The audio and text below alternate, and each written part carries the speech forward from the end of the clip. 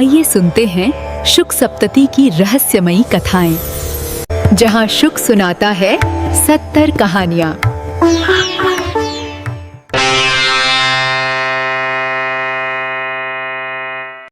नमस्कार दोस्तों, शुक सप्तती के आज के एपिसोड में आपका स्वागत है। प्रभावती को लग रहा था कि वो अपने पति और प्रेमी दोनों ही का फायदा उठा सकती है। तोते ने चेताया, मालकिन, 2 पार्टों के बीच में साबुत कोई नहीं बचता। जब 2 ताकतवर लड़ते हैं तो बीच में घुसने वाला मारा जाता है। याद है उस सियार का क्या हुआ था, जो 2 लड़ते हुए मेढ़ों के बीच टपकता हुआ खून चाटने गया था। दोनों मेढ़े टकराए और सियार की चटनी बन गई।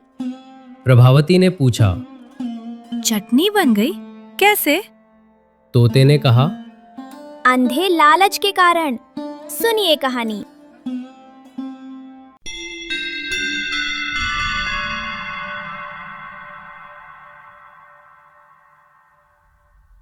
एक जंगल में एक सियार घूम रहा था। उसने देखा कि 2 भारी भरकम मेढ़े आपस में भयंकर लड़ाई कर रहे हैं। वे बार बार पीछे हटते और पूरी ताकत से दौड़कर एक दूसरे के सिर से सिर टकराते। उनके सिर फट गए थे और खून जमीन पर टपक रहा था। सियार को खून की गंध ने पागल कर दिया। उसने सोचा, वाह, ताज़ा खून! मुझे शिकार करने की ज़रूरत ही नहीं। ये दोनों लड़ रहे हैं और खून ज़मीन पर गिर रहा है। क्यों न मैं बीच में जाकर उस गिरते हुए खून को चाट लूं? उसे इतना भी सब्र नहीं था कि लड़ाई खत्म होने का इंतज़ार करे। जैसे ही मेढ़े पीछे हटे, सियार जल्दी से उनके बीच में कूद गया और ज़मीन पर गिरा खून चाटने लगा। उसी पल दोनों मेढ़ों ने हमला करने के लिए दौड़ लगा दी। सियार खून पीने में इतना मग्न था कि उसने देखा ही नहीं कि दोनों तरफ से पहाड़ जैसी ताकत आ रही है। दोनों मेढ़ों के सिर पूरी ताकत से टकराए और उनके बीच में फंसा सियार बुरी तरह कुचल गया।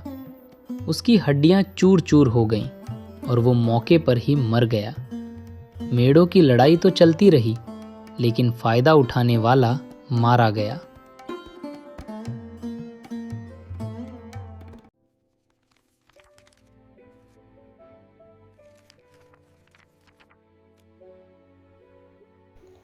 कहानी खत्म करके तोते ने कहा, मालकिन, पति और प्रेमी की लड़ाई में अगर आप बीच में मजे लेने या फायदा उठाने की कोशिश करेंगी तो इस सियार की तरह कुचल दी जाएंगी। दूर रहने में ही भलाई है। प्रभावती डर गई।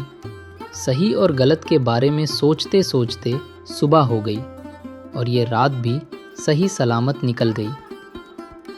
आगे क्या होगा? तोता कौन सी कहानी सुनाएगा? जानने के लिए देखते रहिए शुक सप्तती। नमस्ते।